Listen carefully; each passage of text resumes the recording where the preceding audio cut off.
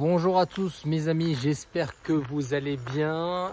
Aujourd'hui, comme vous pouvez le voir, on est dans le parc dans lequel j'ai l'habitude de faire les vidéos. Et ce parc, pour moi, il symbolise beaucoup parce qu'il est juste à côté d'un endroit où j'ai pu faire du bénévolat pendant une très courte période. C'était auprès de la Fédération Suisse des Aveugles. À côté, on a donc le foyer des Vallons où ils organisent une partie de la formation pour les bénévoles. Et cette expérience, pour moi, elle a été très bénéfique parce que j'ai vraiment pu côtoyer de près des personnes dont je n'ai jamais eu l'occasion de côtoyer jusqu'à maintenant, mais juste de voir en baladant en ville ou alors dans les transports publics. Et c'était très intéressant. J'ai eu la chance une fois dans une mission de bénévolat d'aller avec deux Canadiens super sympas. On allait dans un restaurant et ce qui m'impressionnait en fait le plus dans leur discours, c'est la maturité qu'ils avaient. Ils étaient plus jeunes que moi, mais j'avais l'impression qu'ils avaient une maturité d'une personne qui était beaucoup plus âgée. Un côté également avec beaucoup de sagesse, parce qu'ils n'ont pas cette vision externe du matériel. Ils développent d'autres sens qui leur permettent justement de pouvoir se connecter un peu plus avec eux-mêmes. C'était deux personnes, un qui travaillait pour les Nations Unies et l'autre qui était physiothérapeute. Et c'était juste exceptionnel de voir à quel point ils étaient débrouillés, à quel point ils voyaient toujours le verre à moitié plein, à quel point ils étaient réceptifs au bruit, au son, aux odeurs, à l'intonation de la voix. C'est vraiment ça qui m'a vraiment marqué. Et après cette expérience que j'ai eue, ce qui a vraiment changé, c'est tout simplement en fait mon regard vis-à-vis des personnes aveugles ou malvoyantes. C'est-à-dire que quand je les voyais, j'étais beaucoup plus dans ce côté altruiste et de me dire, est-ce qu'il a besoin d'un coup de main pour monter dans le bus, pour descendre du bus, pour lui dire quand est-ce qu'il faut descendre, pour l'orienter, etc., etc. En fait, c'est vraiment le côté de... Je me suis senti en fait comme eux en fait. Eux ne sont pas capables de voir certaines choses que moi je peux voir et c'est tout. Mais à travers l'imagination et la projection et la visualisation, ils sont capables de voir les choses différemment, à leur manière. Et puis, ça peut être parfois beau, même plus beau, parfois magique. Et puis, ce qui était aussi intéressant dans ce dialogue, c'était de pouvoir, en fait, avec eux, décrire chaque situation, chaque objet. Donc moi, en tant que voyant, ça me permettait de conscientiser beaucoup plus l'environnement dans lequel je me trouvais. Et eux, de pouvoir se projeter. Et c'est un échange qui est super intéressant, vraiment. Si vous avez l'occasion de le faire, même si c'est une fois, deux fois, trois fois, c'est pas grave. Mais de le faire, c'est déjà faire un pas vers l'avant, vers quelque chose de nouveau, qui fait partie de notre société, qui fait partie du concret. On n'a pas besoin d'aller à des milliers de kilomètres pour aller changer une situation ou pour revendiquer quelque chose. On peut le faire ici. On peut changer dans notre quotidien certaines choses dans notre entourage en allant voir les personnes qui sont dans le besoin. Et à Genève, il y a énormément d'associations, donc il y a énormément de choix pour faire du bénévolat.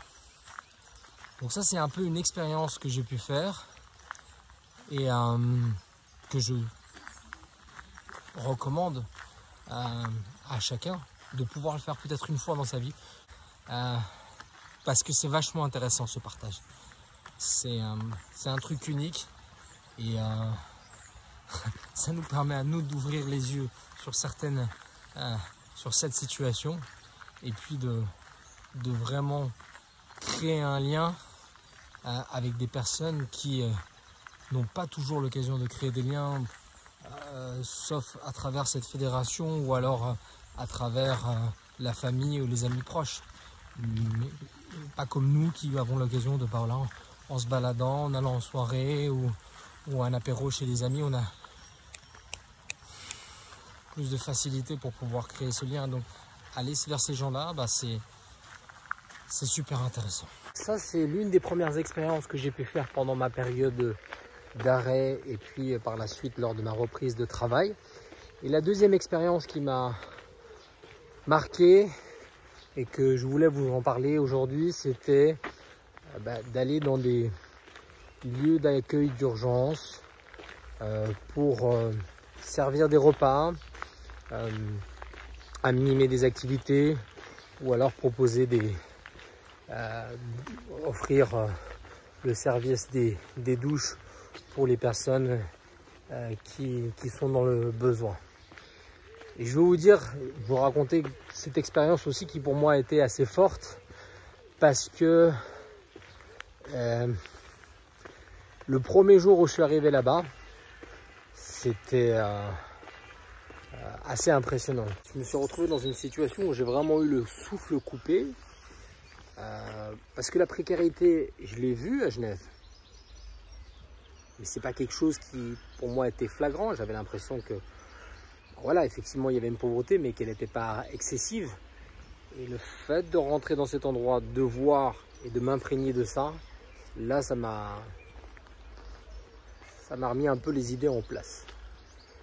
Et c'est ces situations concrètes en fait qui permettent de mieux comprendre le fonctionnement de nos sociétés et puis surtout de simplement de nouveau se retrouver dans une situation où on peut mieux comprendre les autres. Et là pareil, c'était pas une expérience où je suis resté des mois et des mois. Je suis resté je crois 2 ou 3 mois maximum. J'ai fait, j'ai vu, j'ai observé et j'ai compris.